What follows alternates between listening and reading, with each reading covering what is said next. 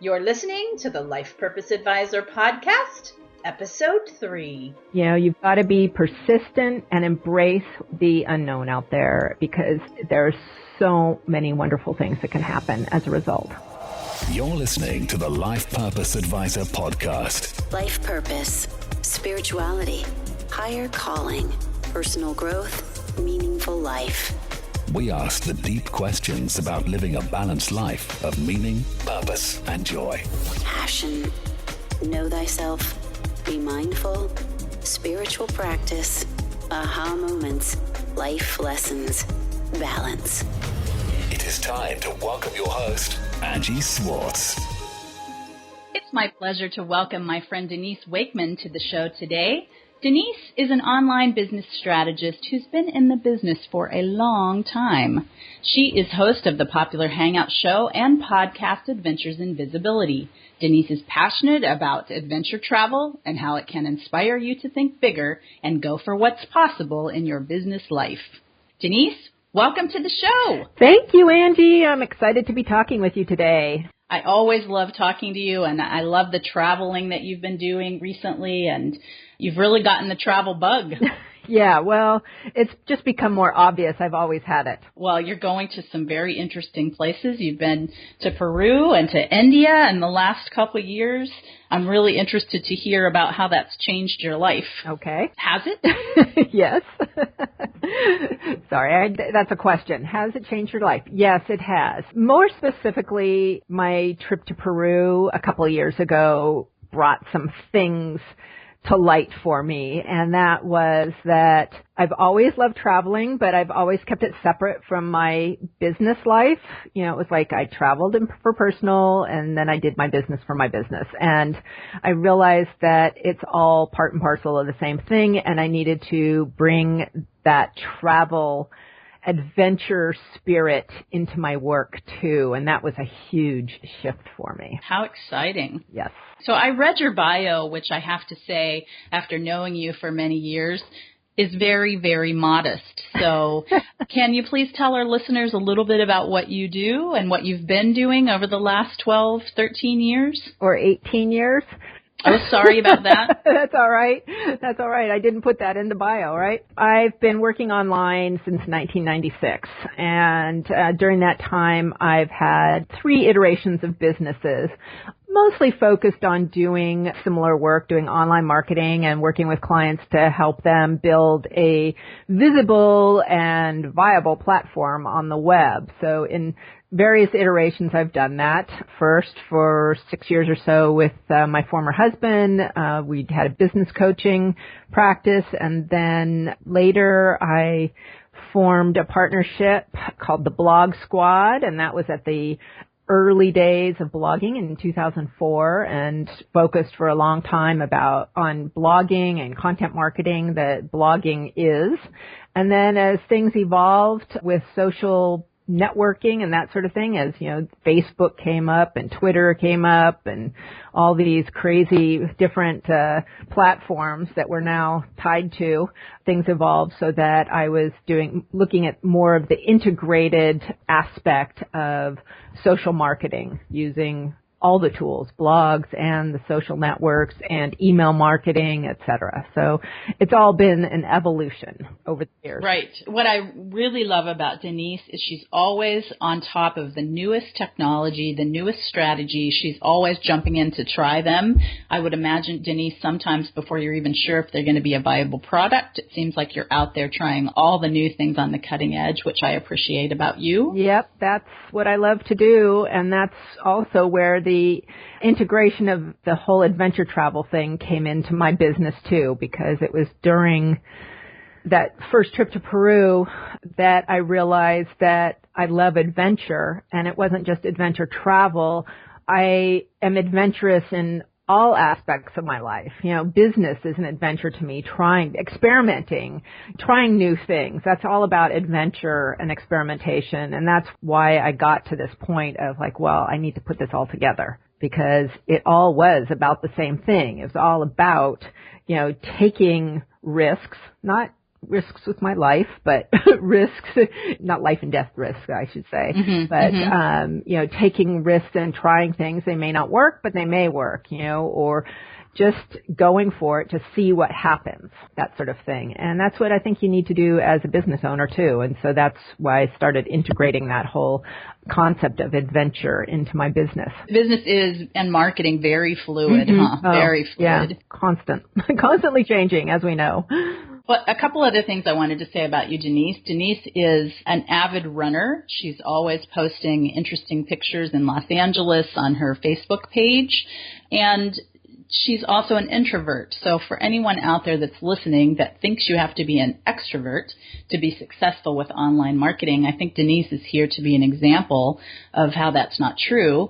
I've experienced Denise in classes that she's taught on online visibility for introverts. Are you still doing that? Not so much as in class form, but working with private clients more. And just walking the talk of how that works, right? Yeah.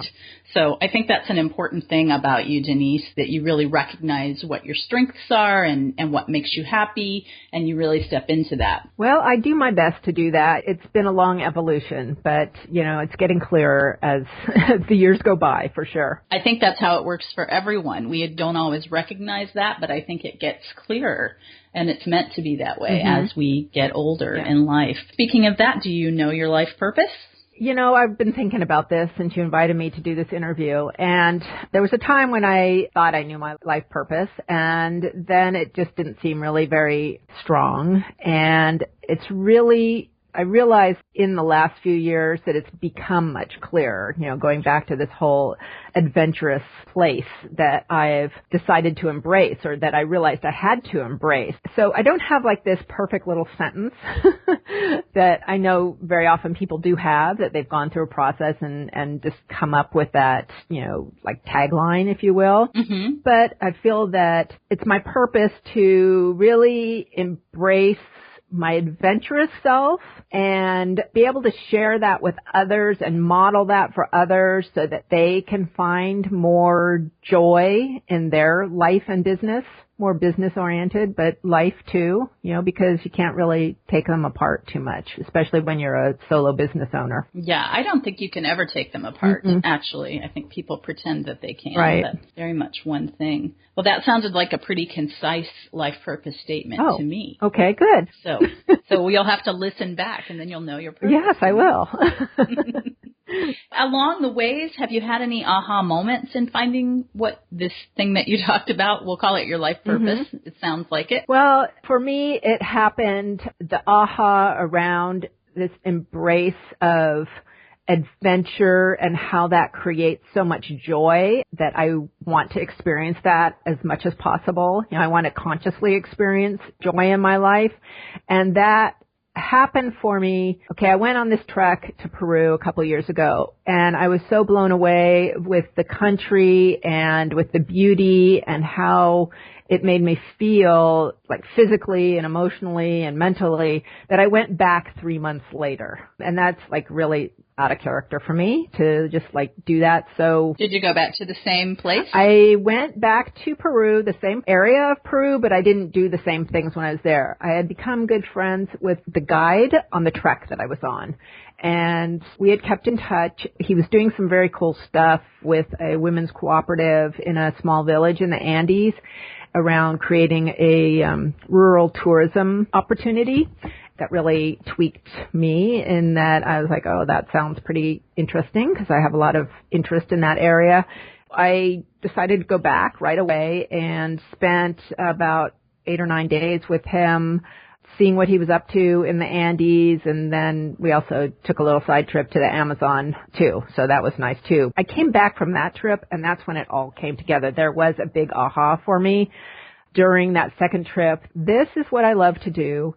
I feel joy when I am in this space of discovery, when I'm in this space of experimentation, when I push myself a little bit outside of what I'm comfortable with doing, and that's where I want to be. So it really all came together between those two trips that I was able to articulate that. I came back from that second trip, and I happened to have a coaching call with my business coach, and I was just flying so high on all this, and I was like, I've got to put this together. I've got to put this together. It's so clear to me. I've got to create this new way of talking about business and of sharing my passion for business, and I can't keep it separate anymore, my business and my life.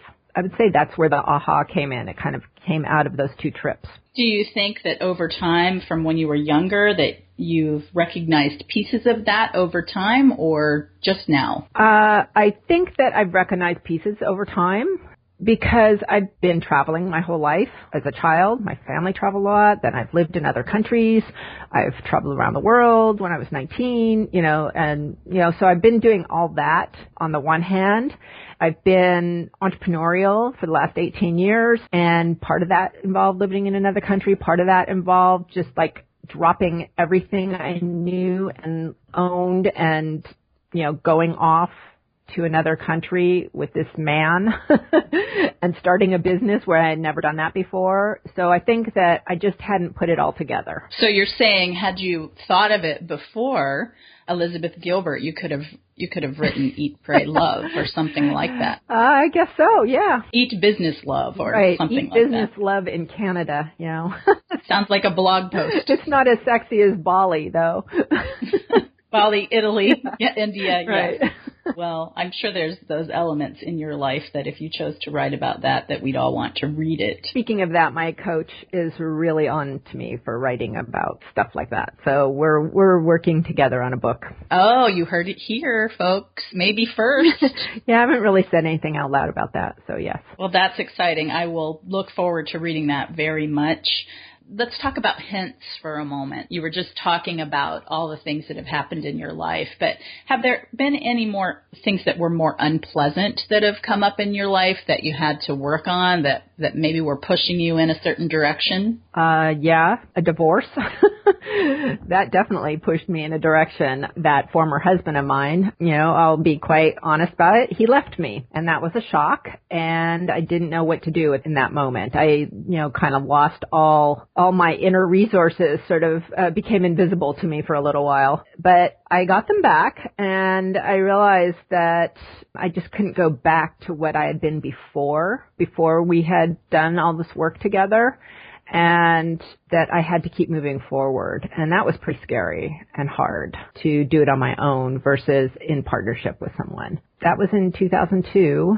And it's worked. It's worked out. So, but I had to go through some pretty painful stuff to get there, for sure. Yeah, they say that it takes half the time that you were in relationship to recover from divorce, i.e., for anyone listening, if you've been married or with someone for 20 years, it takes 10 years to recover. And when I first heard that, I thought, well, maybe for some people, but not for me, right? Yeah. But it is a big growth opportunity. It's hard to see it that way, maybe in the beginning. Oh, you're not kidding. It's really hard to see it that way. Looking back on it now, because it's been 12 years, was the best thing that happened to me. Can you say why? Because in the business with my husband, I was in the background, which is where, as an introvert, I was very happy to be. I played a supporting role. He was the extrovert. He was out there. He was doing all the out there stuff. And I did all the back in the office stuff. That was wonderful. I liked that because I didn't like being, in the spotlight. But when there was no more partner, I had to step out into the spotlight. And that was pretty challenging for me. But I did it. Over a few years, of course. There was lots of evolution involved in that. And I would never be doing what I'm doing now if it hadn't been for that split. And I'm doing so much more than I ever dreamed I could do in terms of, being a leader in my industry and having clients and speaking on the stage if I want to and that sort of thing. I would never, ever have ever thought that I would be there if I'd stayed married. What an amazing story.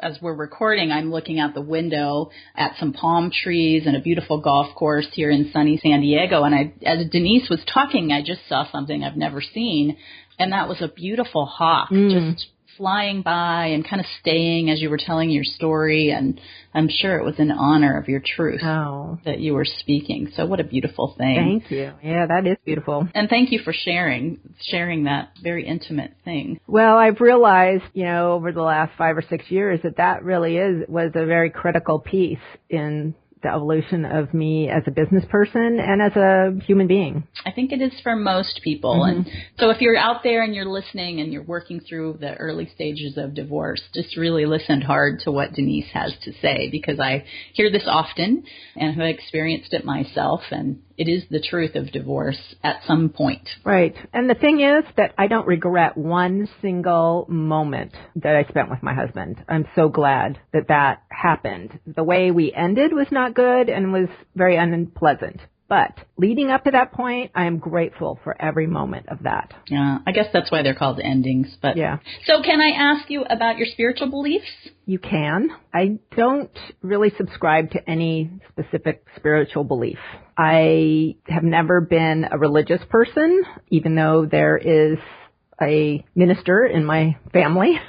My grandfather was. But I do feel that that I'm part of the whole universe, if that makes any kind of sense. I feel like I'm connected beyond just, my here and now in this, place in North Hollywood where I'm sitting right now, that there's a bigger connection out there, but I just can't really define what it is.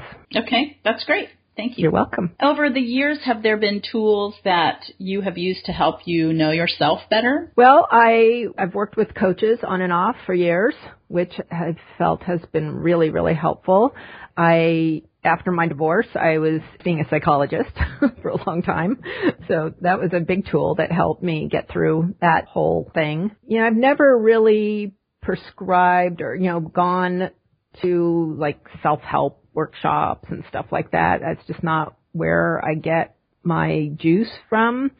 But I do spend a lot of time by myself reflecting and thinking about stuff. I read a lot. There's not one specific tool, no. You say you read a lot. Do any books come to mind? Well, one book that I absolutely love, and it's really about entrepreneurship and also, really doing things your own way, not following the herd, is called Anything You Want by Derek Sivers. That book made a big impact on me. I've read it probably 4 times. It's a short, like a little manifesto almost, but it really struck me in a very profound way about, what you need to do as a human being and as a business owner to not only set yourself apart, but to take care of the people you serve. It sticks with me quite strongly. It's been a few years since it's been out, and I still read it, maybe once a year. Very nice. And I can be a testament to that. That's how I always feel about you, Denise. We haven't worked together a lot, but when we have, I kind of feel like I'm in your family of customers and clients, if you will. And I know that you're there it makes me feel a little emotional, but I know that you're there if I need something. Absolutely. And I reach out to you, I know that you'll get back to me, and I really appreciate that. Oh, good. I'm glad to hear that. Thank you. Thank you. So you mentioned that you spend time in contemplation. Do you have any other daily practices that help you stay centered and balanced? I try to exercise almost every single day. Is that running? Do you run every day? I don't run every day, but I'll go to the gym, or I will go for a walk around my local park that's a couple of blocks away from me, something that just gets me to move. I live by myself, and, being an introvert, it's very easy for me just to stay inside and, keep my head buried into a computer or book or whatever. And so I make a very concerted effort to get outside. And, I'm lucky to live in Southern California, so, I don't have to deal with 6-foot snowdrifts in the winter. Just to get outside, be in the fresh air, move my body, and that is a very, for me, that really clears my head and calms me down if I'm feeling agitated or anything like that. So do you think the physical body plays a role in us staying in line with our purpose? Yes. Me too. Yes. Definitely. If your body isn't functioning well, it's really hard to stay positive and creative and focused and happy, really. So, and it took me a long time to realize that too. I mean, I was a couch potato for most of my life until maybe, I don't know, like 8 or 9 years ago. I really made a big switch around that, and I'm so glad that I did, because I just feel so much better, you know? Right. And Denise, you had knee surgery not too long ago and had to recover from that. So you must have noticed a difference in your energy when you were missing all that exercise. Oh, I did. Yeah. I tore my ACL and went on that second trip to Peru. I took a fall and tore it. And so when I had to have surgery and it was kind of laid up, it was hard for me because I couldn't go out and walk with my friends, because that's a big part of my social too, is the running, you know, getting out with my group of gal pals and doing that. And so that was hard from lots of different sides. Right. And I'll just mention, we're not here to talk about age, but I'll mention that Denise is in her 50s. I know she's okay with me saying that because she celebrated her 50th birthday with a Kiva campaign to get folks to donate to causes that Kiva represents. So I bring that up because Denise mentioned that she was a couch potato in her life and made a big switch, and now she exercises every day. So it's not too late for anybody to make that kind of a change. Nope. Now is the best time to get started. Now is the best time to get started. Beautiful. So do you think synchronicity plays a role in your life? Yeah, I think that stuff happens, you know, because it's meant to happen. I don't know if that's synchronicity or not, but, you know, I think that if you're open to it, you can see opportunities and also be open for the right people, places, things to come to you. So, yeah. Has that happened to you? Someone or something or some opportunity has showed up in your life that you were completely surprised about? Yeah. I go back was such a powerful time for me. That trip to Peru is that I knew that the very first trip to Peru, it's like I'd wanted to go there for 25 years.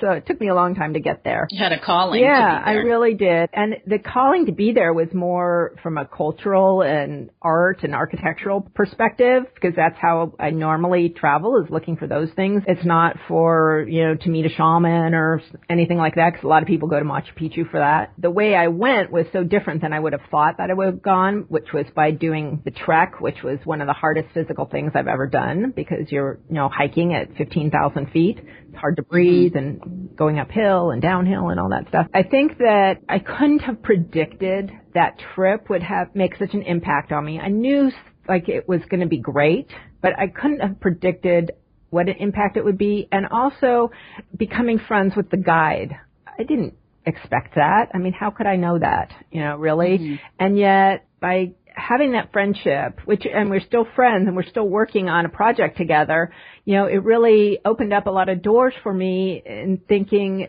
new ways to think about what I can offer in my business, what I can do in my business, ways that I can serve women entrepreneurs outside of, you know, the people I am connected with through my business currently. And that was a huge gift. Very nice. So you didn't meet a shaman? No, I didn't. When you were there? Well, there were some shamans on our, you know, who did some rituals, but I didn't actually, you know, have a one-on-one conversation or anything. No. Next time. Next time. Well, I look forward to hearing about that when you're finished. So I'd like to talk about money for just a moment. So do you feel like you make more money or less money now that you're really in alignment with your life and where you want to go? My financial situation goes up and down. Does it matter? Do your values change? I don't think so. I'm not motivated by money as much as probably my bank account would like me to be. But I also don't feel like I'm limited in what I can do because of that. And, you know, there are times when lots of money is flowing to me and other times when it's not, but that doesn't really change how I approach my life and business. Have you encountered resistance from friends or family regarding stepping into what you're doing today? No, not at all. Good. Not at all. Can I ask you a lightning round of short yes or no answer questions? Yes, you may. Short yes or no answer questions. Yes or no or short answer questions. How about that? Okay. Do you think passion and purpose are the same things? No. Do you think everybody has a life purpose? I think they could find it, yes. On a scale of 1 to 10, 10 being high, how important is following your joy and igniting your purpose? 10. Did you ever quit your job to follow your purpose? And do you think somebody needs to quit? That's an interesting question. I quit a job to follow my passion that has evolved into my purpose. When I moved to Canada, I quit a job to start something. I had no idea what would happen. So, yeah. Yeah, nice. Your hawk is back out there. Oh, good. So that's nice. What brings you great, great joy? Being with good friends, serving my clients who choose to work with me, and seeing the transformation that can happen in both my own life and other people's lives. Delicious. If you unexpectedly amassed a good-sized fortune, what would you do differently? I would focus on building travel adventure programs for women entrepreneurs that explored entrepreneurial ideas through the eyes of culture and travel. I'm feeling a shift as we're talking. I think my purpose is similar to yours, or a part of my purpose. I wonder if this conversation, I'm going to be working for Denise Wakeman, like pulling a sheep up a mountain or something. Oh, well, this. You might Who be. So one big question, what should listeners learn for themselves from your life? Embrace the unknown. Say yes because you have nothing to lose. You've got to be persistent and embrace the unknown out there because there are so many wonderful things that can happen as a result. Great. I love that. Any personal growth recommendations for our listeners? Anything on mindfulness or spiritual practice or business or personal growth or your body? Well, I would like to encourage people to read Anything You Want by Derek Sivers. And also, I recently, a few months ago, did a liver cleanse. And it was a great experience. I felt fantastic afterwards. And I don't usually follow these things very well, but I did because it was guided by a very experienced nutritionist. It was easy for me to do versus, eliminating everything that, it's like it was, you could still enjoy food, which I love. And it was a really great experience because I realized that I can be happy and enjoy food without eating meat every day, without drinking alcohol, without sugar, and I'm still following much of the eating plan, which really made me happy. And did you notice a big difference about how you felt? Yes. More energetic, lost weight too, which doesn't necessarily happen, but it did, so that was nice. Yeah, I felt much more energetic, and everything I was putting into my body was very clean and organic and fresh. Makes a big difference, and probably very helpful for the next time you're in high altitude, I would imagine. Yes. Yeah, I did it before going to India. I just got back from 2 weeks in India, and the town where I was staying most of the time in India was, by law, vegetarian and alcohol free because it's a holy city. So I kind of thought that would be good practice too, doing the cleanse. Right. Get yourself ready for something foreign for sure. Exactly. And, it was no problem. It was a delight, and I really got to enjoy all the tasty goodies of India. Sounds like Denise should have a party and invite us all over for what she's learned how to make in India. What's the best way for people to connect with you if they want to learn more about what you do? Well, my website is at denisewakeman.com, and about once or twice a month, I do a live video show called Adventures in Visibility, and that's really looking at how you can build a great presence on the web. And I talk with people about what they're doing, experts who are doing all kinds of different things to achieve that. And you can go to adventuresinvisibility.com to get more information about that. It's really fun, and I have been interviewing some really great people. And can people go back and listen to your old hangouts? Absolutely. They're on my website at denisewakeman.com/HOA. Perfect. Anything else that you'd like to say before we wrap up today? I believe that I am a citizen of the world, and that we all are citizens of the world, and that we transcend geographical and cultural and economic boundaries. And that, to me, is one of the most exciting things about being a human being and alive today, is that there's so many ways we can help and embrace each other across this globe. It's a very rich life if you allow it to be. Yes, it is. and it's so exciting. Very exciting. Well, thank you very much, Denise. I know you're very busy, so thank you for spending time with us today. It's always a pleasure to interview you and to speak with you anytime. It's my pleasure too, Angie. Thank you so much. It's been fun. My pleasure. So you've been listening to the Life Purpose Advisor podcast. If you like what you hear, please like us on iTunes and give us a rating and a review. We look forward to the next time, and we'll see you soon.